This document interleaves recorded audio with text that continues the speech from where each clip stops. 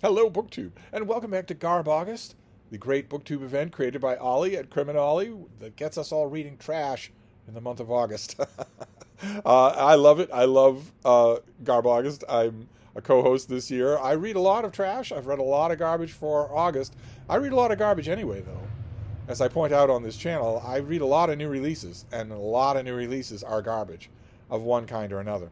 Very few of the new releases that I read are the fun kind of garbage, the kind that's over the top very intentionally on the author's part, that where it's fun that it's so trashy. Most of them aren't that. Most of them think that they deserve the Nobel Prize in Literature, and 2024 being what it is, some of them will get the Nobel Prize in Literature, but that's not the only distinction when it comes to all the fine gradations of trash that I like to bring up so tediously during Garb August every year. For instance, in a recent Garb August video, I mentioned Synthetic Men of Mars by Edgar Rice Burroughs, a book that I would like to think that all of us except Michael K. Vaughan would admit that it's garbage. That, of course, a book called Synthetic Men of Mars is going to be garbage. Of course it is. I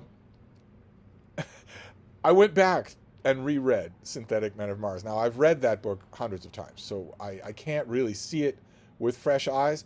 And although critically I know that it's terrible, I love it uncritically. I have a soft spot in my heart for it, a warm, sentimental spot for it.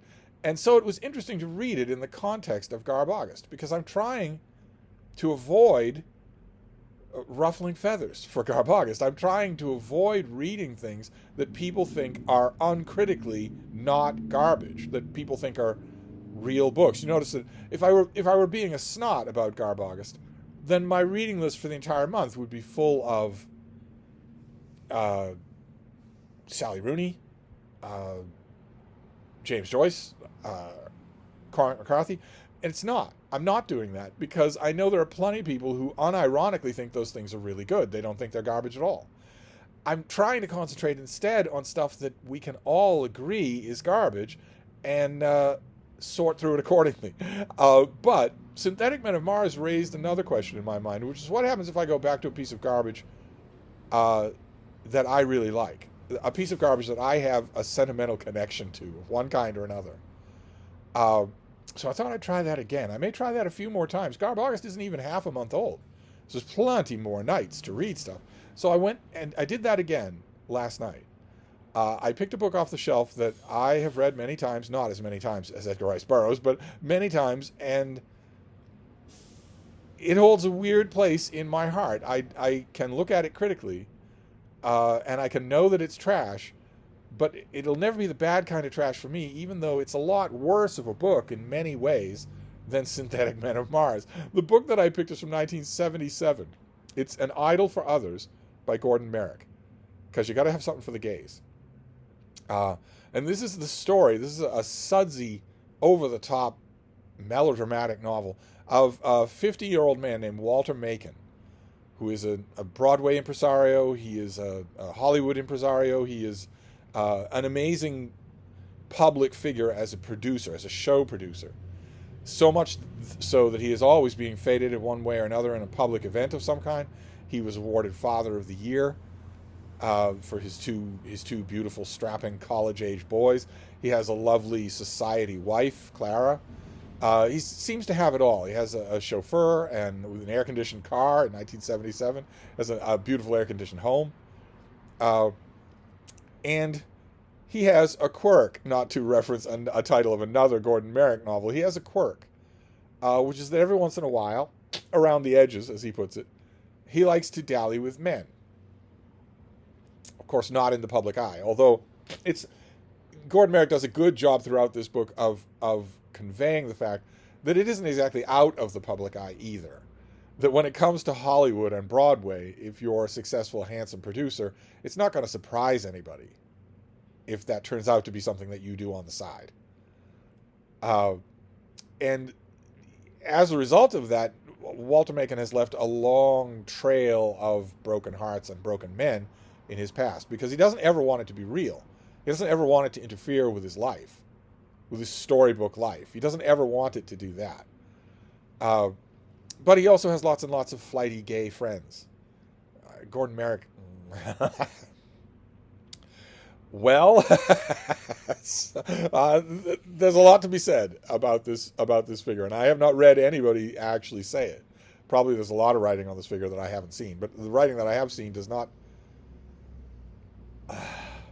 It doesn't do justice to the fact that I and everyone else in the 1970s were seeing mainstream, well-produced mass-market paperbacks of gay romance.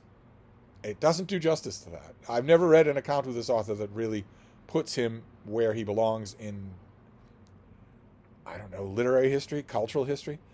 But he can still be insulting stereotypes towards all kinds of people, including flighty gays. And a flighty gay at the beginning of this book introduces Walter to Tom Jennings, to a novelist named Tom Jennings, who is constantly referred to as young. And of course, the cover art here on the front and the back, there's middle-aged Walter Macon, and there's a younger man. The impression is that Tom is young, but he's not. He's almost 40. But he's very, very good looking, and Walter Macon enters the room where his flighty gay friend and Tom, the novelist, are in his home. They're waiting for him. He enters the room, and immediately, and I mean immediately, not even a word, just a look, he immediately falls personally, professionally, and intensely erotically in love with Tom. Immediately. And we get the impression during a quick air-conditioned limousine ride back to Tom's hotel a few minutes later that it's mutual, that Tom feels the same thing. But he has plans of his own. He doesn't want to be a man who is in the wake of Walter Macon. He doesn't want to be part of the wreckage. So he's about to drive across country back to San Francisco, and he's working on a play. He has successful novels. And it consumes Walter. He is consumed by lust and longing for this man, this younger man. He's consumed by it in a way that no other man has ever made him feel. Suddenly, he's willing to give up not only the appearance of his Park Avenue life, but also the reality of it. That he's willing to leave it behind in order to live wholly with this person. And it's very steam plate. It's very over the top writing. Reading it for Garb August is definitely allowable. This is in many, many ways garbage. The way that it's not garbage, aside from the fact that Merrick can turn a good phrase now and again, and more than now and again, it happens at least once on every page. The way that this isn't garbage is how incredible it was that this existed at all. When in 1977, when this book was in bookstores in Illinois, it was in bookstores in small town Texas, it was in bookstores in Iowa and Boston, in Connecticut and North Dakota. It was distributed in those bookstores, and in almost all of those places at the time when you could go to a bookstore and buy this thing right next to Jackie Collins, it was illegal for you to do anything that you were reading about in this book. In some of those towns, probably it was illegal to buy this book, but it was certainly illegal to do anything that you were reading about here. It was an absolute unimaginable future that it would ever be culturally accepted, that it would ever for a brief time have been legal, said so by the Supreme Court before they reversed themselves. You would never have believed that any of that was even remotely possible when this was in bookstores, this kind of sunlit fantasy world. But aside from that, this is trash. Their characters are just unbelievable. They're all unbelievable. And it just goes from unbelievable to less believable. A third character is introduced, a third major romantic, erotic character is introduced in the book, and it's Walter's illegitimate son. And it barely slows down the hot and heavy suds action in the bedroom and out by a half a step.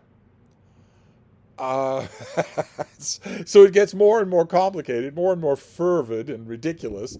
The stereotypes, the one-dimensional characters get worse and worse. They need to stay one-dimensional in order to move the plot along. I did care about Walter. I wanted to care about Tom. If I'd known a little bit more about him, if Gordon Merrick had concentrated a little bit more on his character instead of other things about him, I probably would have. But I cared enough about Walter so that I cringed a little at the ending that I knew was coming. There's an ending that is fairly standard for a Gordon Merrick book. And I knew that it was coming because I've read this thing many times before, but I wince every time.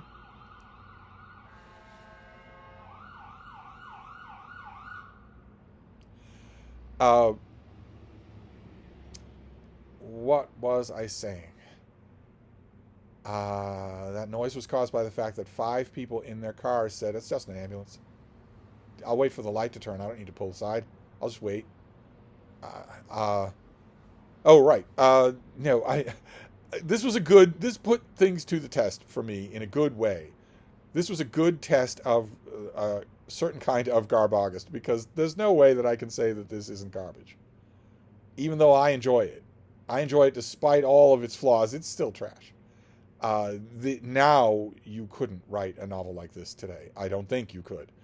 The brainless parts, fine, but the exploitative parts, no. I don't think you could do that. So I don't know. I don't know what I'll do for tonight. Do I want to pick another piece of trash that I like? Another favorite piece of trash? Do I want to do that? How high up the ladder do I want to go here? I don't know. I don't know. Synthetic Men of Mars and Gordon Merrick's bed hopping novels aren't high up the ladder. Do I want to go higher? Dare I? I don't know. I might just go back to Kindle Unlimited where things are nice and safe. But I wanted to give you a little report on Gordon Merrick, an idol for others, and it's bottle rocket action and then horrible ending. You expect a horrible ending.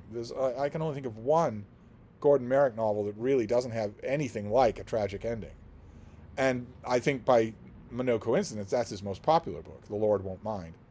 But I still read them all. I still will read them all and reread them all. I just wanted to know what it would be like to go back to something really familiar for Garb August. So that's what I did. But anyway, I'm going to wrap this up and I will be back. Thank you, BookTube.